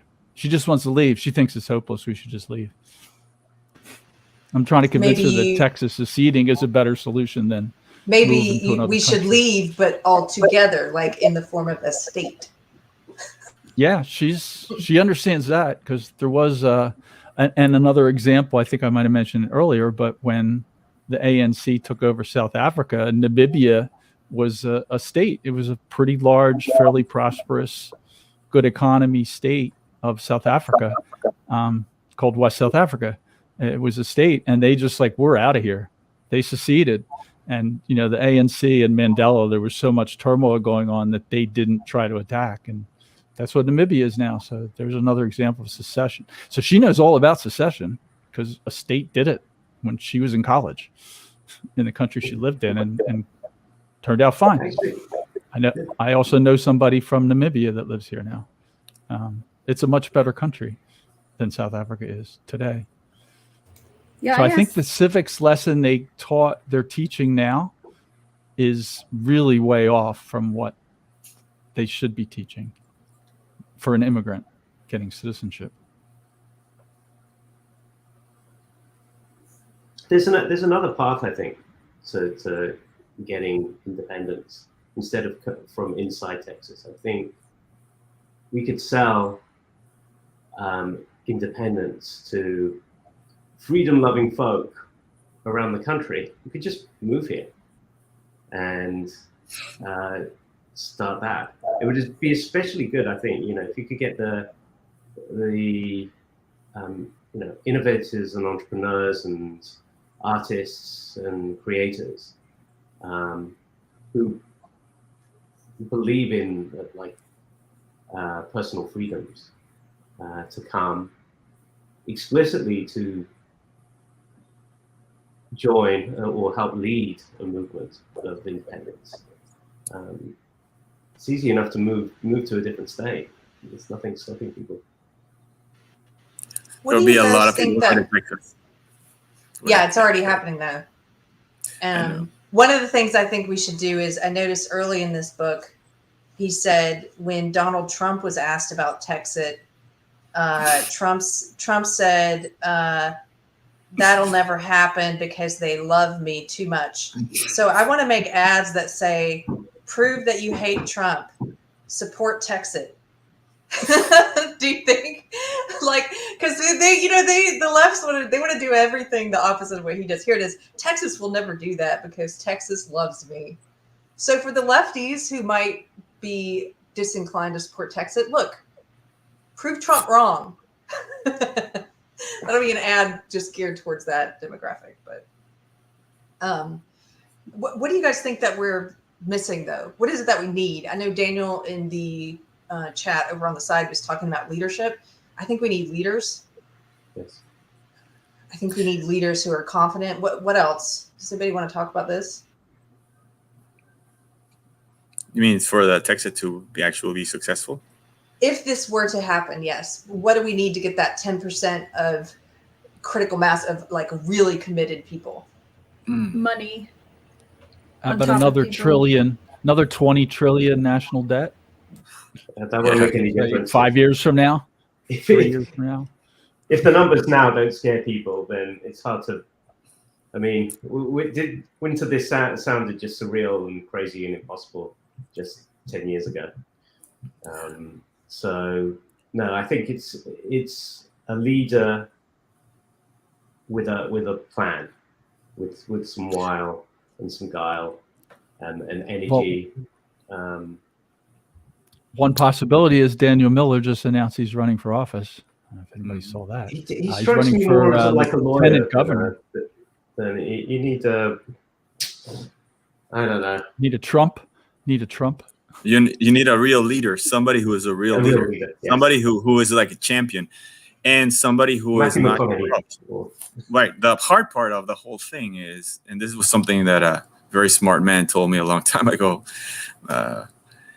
He said, the problem with government and with politics is that anytime you have a person with a good intention coming in trying to do good, they're not able to, because they're basically, it's made impossible by everybody else who's corrupt. They make it impossible for that person to do what they're trying to do, because there's so much corruption in power in government that if you come in trying to do something good with good intentions, with good ideals, the reaction you get is so big against you.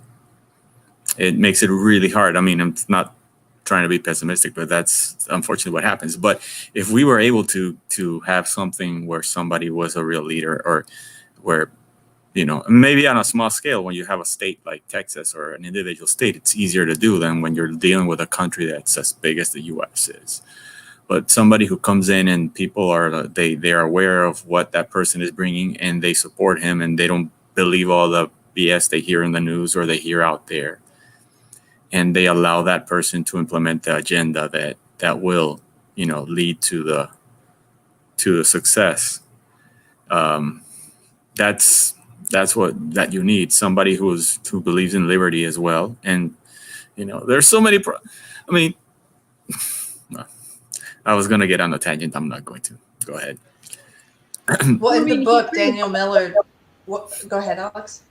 I was going to say, in the book, he brings up the fact that one of the legislators who wanted to support Texit, said, if I bring that bill to the floor, they'll mount a candidate, a counter candidate for my position, and I'll lose my position. And that's why I said money, is that to get people into the legislature, you need money, you need donations to back. And that doesn't necessarily mean even just people who are rich, like billionaires supporting them, but a bunch of people even giving money would be helpful. But you do need money to keep the politicians you actually want to support in your legislature. I think it's really awful that happens to be true, but it's a reality that we have to deal with. So if you want someone who's going to put the bill forward, you need to make sure that you have the money to back them up. Problem with money is corrupt. Yeah, I just want to interject from the chat. This is not a super chat, but I have to read it. Greg the Baritone says, maybe Texans need to form a Muslim extremist group, and then Biden will fully arm them and negotiate with them as a sovereign government. I'm just kidding. Sorry, I thought that was funny. A little dark humor from the chat. Hi guys, thanks for hanging out with us. I think you're right. I think money. I think we need to stop focusing on. It's interesting that I'm reading this now after I've shifted so much away from national politics. Anyway, I don't really care. People are asking me about the midterms and stuff. I don't care, but I do care about local politics, and this is sort of reinforcing for me that maybe when I'm selecting who I'm voting for in the state, I need to try and pick people who I think are most loyal to Texas and want to fix Texas's problems, and less so I want to root out the people who have these national ambitions. He talks about Rick Perry, who was saying, he wanted to eliminate the swamp and big government, big federal government, and then he ended up accepting a cabinet position at the federal level that he had previously said should be abolished. It's some of these people just have their sights beyond the state level, and so I want to focus more on leaders who came first. Maybe see if we could import Nigel Farage. I mean, he was pretty cool because he created this political party, but then he was quite happy to step away. He didn't want the actual political party. He wanted to change, and was happy for someone else to take leadership. So. Somebody brought up Ted Cruz. He's good on some issues, but he is a big central government guy. Like, I don't see him really being for Texas. He's for the United States. I mean, if Texas secedes, maybe he would change, but that's what I see. People talk about Ron DeSantis. Yeah, I more thought it was interesting that he was even addressing the situation, but I agree with you. I don't think it's in Texas. The polls indicate it's politically necessary for him to at least pat somebody on the head for saying something about secession. That he would support it. But I think Ted Cruz would be one of those people that if the polls show it's 51%, he'll flip his view tomorrow. People talk about Ron DeSantis. He's kind of got that same problem. He's eyeing up federal office. So some of what he does is after federal office. Like, he wants to take the next step. And I look at, I make the point that when I see stuff that he's done, like, it's a great argument for keeping Ron DeSantis around as a governor. Nothing he's doing is a good argument for sending him to Washington. Like, I'd rather keep him in Florida. And I don't agree with him on everything, but he's been better than most. Grading on a curve, he's one of the best governors, maybe the best. But you got to change the mindset of the people not to want to take the next step. I think you mentioned in the book something, I think it was in that, I've been reading other stuff on secession. One of the presidents, like Harding or something, he was Speaker of the House and they were trying to get him to run. I don't know if it was him. They're trying to get him to run for president. And he's like, he did want to, because he said Speaker of the House is a more important position. Like, that was the view at the time. Like, they hadn't made a king out of the president yet before Lincoln. Now the president's like seen as the ultimate political goal, like they're the king. And that's part of the problem. You got to view like a governor of a state as being a higher office than the president. That's what I think we need to take that view.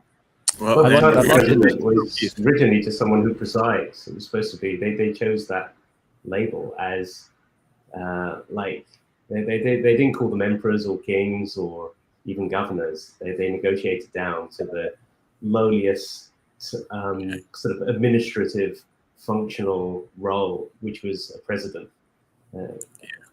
Well, not only the kind of that, leader we need is a George Washington, a Thomas Jefferson kind of person. Well, the president today doesn't have that much power, as you can see what happened last time.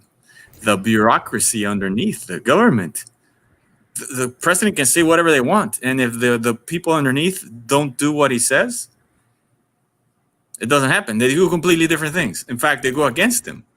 Now, whether you like the president or not, he was elected president, and if he's trying to implement an agenda, and then they're just fighting against him, doing the opposite, it sort of makes you realize that the bureaucracy is so big. That's why you go to Washington, D.C., and you see that 90% of people vote for staying in power. I mean, they're living a different life, a different world that everybody else is. They have different rules. They have different benefits. That should never happen, right? Why do they have different benefits than everybody else? Like, oh yeah, you have a special pension plan. You have a special health insurance. Everything is different if you're in the government, if you're part of Congress. That shouldn't be the case, right? But how do you fix that? If Texas has their own government, they should implement some rules where that cannot be. Like, if you're going to be part of government and you're going to be part of a politician, and you have to be the same exact rules as everybody else. You can't have your own little, like, I'm in a benefit status, so I'm in a better situation. And then you can't be there forever. I mean, like, that's my career. I'm going to be in government for 40 years. Anyways. We already have a part-time legislature. We only meet every other year. Yeah. That made me so happy when I read that. I was like, you guys only meet? I was like, oh my God, that's so awesome. Like, please, let's make this more like everywhere. Because I was like, that is just the best thing I've ever heard. Well, people have to keep real jobs. Like, it can't be their job being a state representative or a state senator. Yeah, Wyoming legislature's part-time also. Legislature too. Yeah, it's in.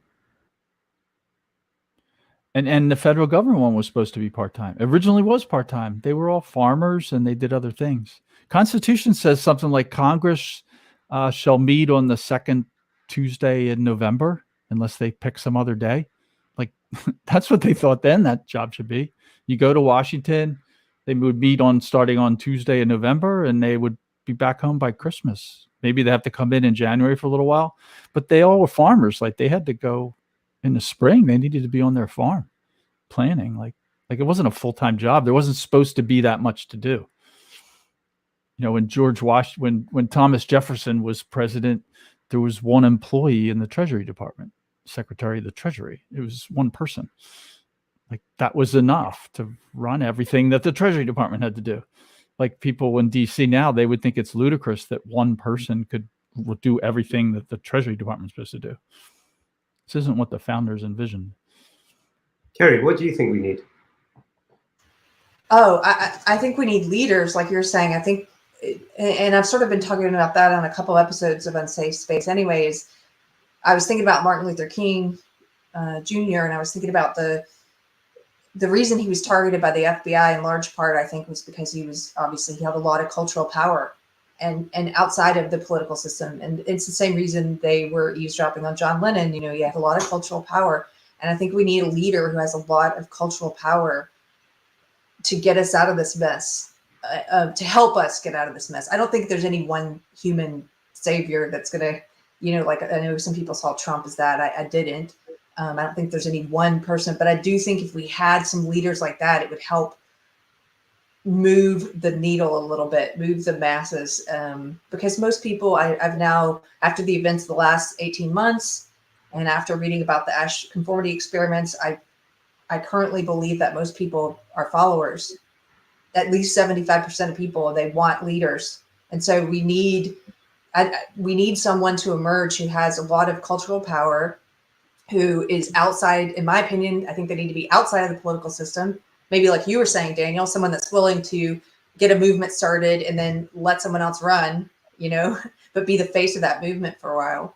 And I think we need to start finding one another. One thing that Walkaway did, Walkaway was a movement. Okay, so the Tea Party was a movement, right? And Walkaway was a movement that was started more recently by Brandon Straka. I did one event with them. The thing that Brandon Straka did was he gave a name for the movement, and he was a face for the movement that helped all these people who were going through the same thing find one another. And something, reading this book Texit, where he says there's all these people that support Texit, but they're alone. The propaganda's done a good job of isolating everyone. I think it's in the chapter called Atomization, where people don't know that other people who would agree with them on this subject. And so we need the face, we need a campaign that's like a Texit campaign where people start to find one another and identify with one another and feel more comfortable being out as someone who is interested in talking about Texit. I think that needs to happen culturally. So I just wanted to read, I know I've talked for a long time, but really quickly, for anyone listening along who hasn't read this book, you should get it. It's not that dense, and it's great. It's got a lot of history in it. One of the things it says here, this is a quote from Alexander Hamilton. It says, the plan of the convention aims only at a partial union or consolidation. The state governments would clearly retain all rights of sovereignty, which they before had, and which were not by that act exclusively delegated to the United States. And then this is a quote from James Madison. Each state, in ratifying the Constitution, is considered as a sovereign body, independent of all others, and only to be bound by its own voluntary act. Voluntary. Wow. In this relation, then, the new Constitution will, if established, be a federal and not a national constitution. I didn't know these quotes. There's a lot of stuff in here like that I just think people don't know enough about what the founders intended and why. And so I think we need to, as others have said, we need to start getting I don't have kids, knock on wood. If I do, at one point, they're not going to be raised by the federal education system. That's for sure. So I think we need to start teaching civics. And oh gosh, my preacher today gave such a great sermon. And one of the things he said at the end was, men, it's time, like, you need to stand up. If you're a father, like, it is your responsibility for how your kids are raised and how your kids are educated. It's your responsibility. It's not the federal government's responsibility. It's not the Department of Education's responsibility. It's your responsibility. And he said, you know, fortunately, in the past year and a half, we've had a lot of parents who are just starting to realize that the federal government has been doing more than just simply teaching their kids math and grammar. They've been in determining who they are. They're not so much, you know, it's not so much about what did you learn today. It's about who are you now? Who are you now that you've come out of this indoctrination? And so don't let the federal government determine who your kids are. It's kind of a rant. The homeschool is a boon in the last year. It's like 2 or 3 times the number of people are homeschooling in 1 year. Like it's a knee curve. And you see people, you know, going along with the school board stuff, and like to make the point, like people that complain about masks in schools, and they go to the school board and they like beg the school board to eliminate the mask rule. I'm like, no, you're by doing that, you're training your children that the school board is a higher authority than you as a parent. That's a terrible thing to do. Like, you go to the school board and tell them, no, you can't do this. Like, you order them.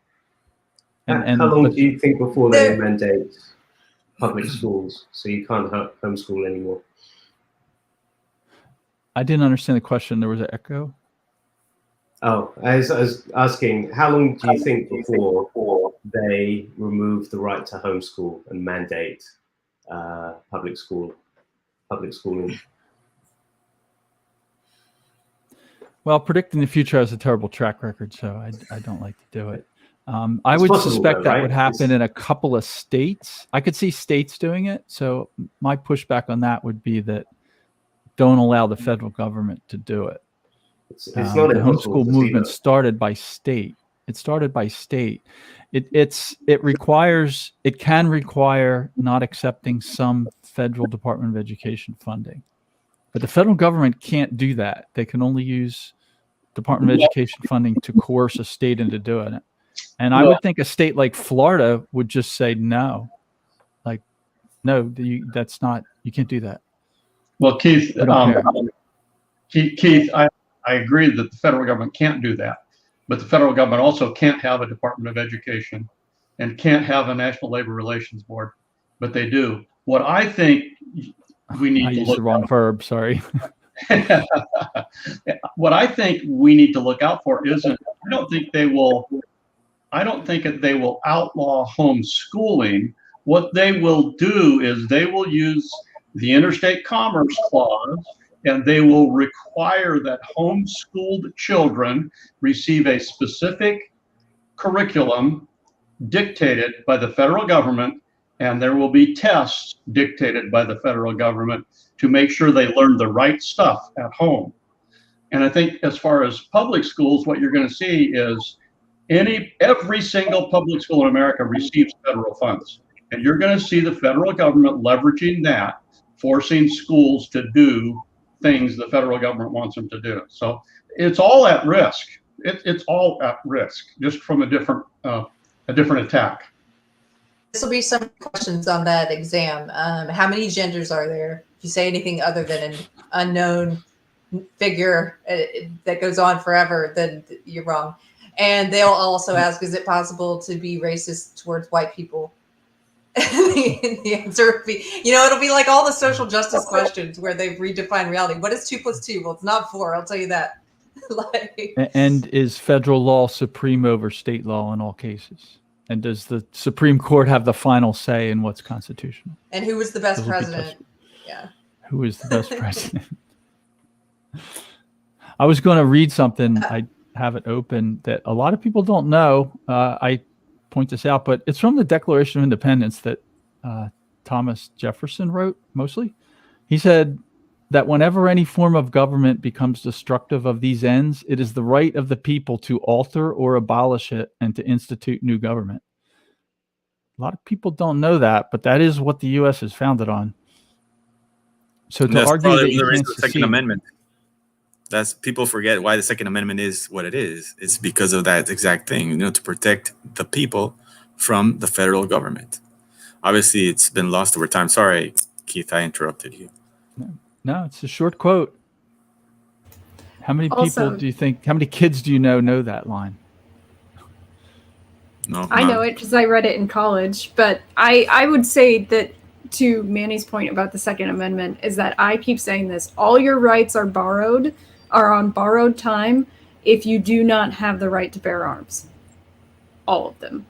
Well, look at And- Australia right now. Exactly. So, you guys, we are going to be fortunate to get to interview Daniel Miller, the author of this book, at some point. If he happens to be watching, I doubt it's entirely our fault because I took some time and now Carter's got a baby on the way. And so we haven't set up the interview yet, but we're going to be talking with him. And if you have any questions that you would like for us to ask him, is there anything that you, after reading this, you a question in your mind, or some of the stuff we brought up in this discussion? I have a random weird question. Yeah. If Texas were to become its own country, what would happen to the nukes? Would we just give up the nukes that we have? Good question. I want to know who some of the leaders are, in his opinion. Yeah, same here. And how do we participate? I've got no idea of what to do. Unless I want to become the leader on this. It should be clear if you're interested in this, like where you go and what you do, how you help. That there's a plan. I want to ask him when he spoke at Porkfest on the main stage, how come he didn't have a hat on? I want to know. I want to know, like, what he would, how he would, because he had some predictive scenarios on how the U.S. federal government would react to Texas secede. What would their reaction be if, when Texas secedes and other states decide they want to secede with them, they also vote for secession? How does he think the federal government would react to that? Yep, that's my question too. Cool. And then we've been at this for 2 hours, guys. So, do you have any final comments on the book? Final thoughts on the book before we wrap it up? I'm so thankful everybody joined us today. I would like to remind you that I'm recruiting for the great state of Texas, and if you'd like to find out more information about the town I live in, you can contact me at Keri at unsafespace.com. Just be patient with my response time. We have a guest room. We're just east of Austin. Sue has a guest room. Well, thank you guys. Sue wants to say something. As I go totally blank. Anyway, well. Train derailed again. Well, thank you all for joining us. I got it. So the one thing that just occurs to me over and over is how the coming apart of the United States is accelerating. I don't think much is really predictable, and I don't think anything is predictable beyond a couple of months out. That's it. I think you're right. And as he was talking about in the book, there was the part where he's saying, you only need 10% of a population to move the whole, and that these things usually just seem to happen suddenly when they do happen. And that made me think of woke ideology, my old belief system, and how it became mainstream seemingly overnight after George Floyd, but it wasn't overnight. It had a long, slow boil, and then boom, it happened. But yeah, in terms of where things are going from here, I think when things happened, whenever I think things are going to get pretty bad in terms of inflation, and I think it's just going to seem to be out of the blue for some people when it's not. We all know it's not out of the blue. Okay, so I want to thank everybody for joining us, and especially the people in the chat who were just joining, not on camera, but adding insight in the chat. Thank you for being here. Highly recommend this book, Texit, if you guys haven't read it yet. Our next book for book club, we're going back to fiction. On November 21st, if you want to mark your calendars, we are going to be discussing Margaret Atwood's The Handmaid's Tale. Margaret Atwood's one of my favorite authors. I've loved her since high school. And recently she's gotten into some hot water for her comments that go against the I don't know if you guys follow her on social media, but she's gotten in trouble, much the way Chappelle has, about some of her comments. And I think they're going to throw her out of the woke cult. Anyway, I hope you'll join us for The Handmaid's Tale. That'll be November 21st. If you want more info, go to unsafespace.com to the book club page. It's always free to join and participate. And Frank reminded me that I need to say we have mandatory subscriptions now on our channel. You're not allowed to be voluntarily subscribing. You must subscribe or under penalty of being fired. Do we have to subscribe twice and then get a booster subscription? Yeah, you need to get a booster subscription because YouTube will unsubscribe you. Your subscription will stop working at random times. So. And if you don't subscribe, my subscribe won't work. Yes. That's true. Also, you just need to show you're a good person. So. I'm naturally subscribed, so it's okay. No, it doesn't. No such thing. Doesn't support that. Such thing. Josie, Beverly, do you want to take us out? Thank you, guys.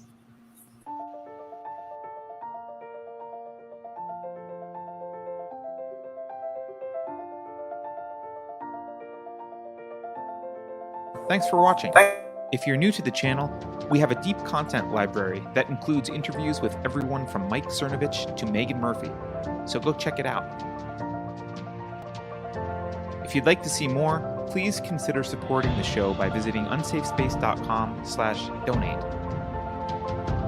You can find us on all the major social media platforms, at least for now, and you can find a community of like-minded individuals on our Unsafe Space chat on Telegram. See you there.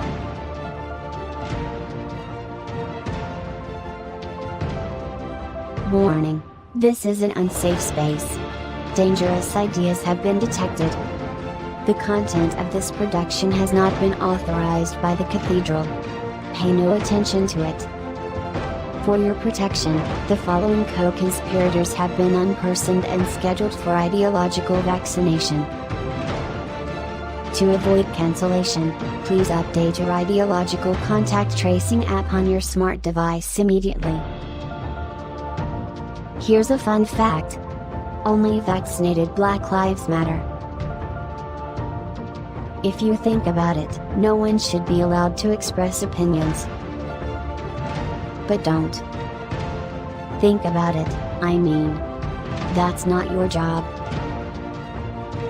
Thinking has been scientifically proven to be less efficient than compliance. Science, scientific, and scientifically are registered trademarks at the World Economic Forum. Unauthorized use is prohibited. Computer voice courtesy. Never mind, that last line is fake news. Please disregard it and return to your safe space immediately. There will be cake.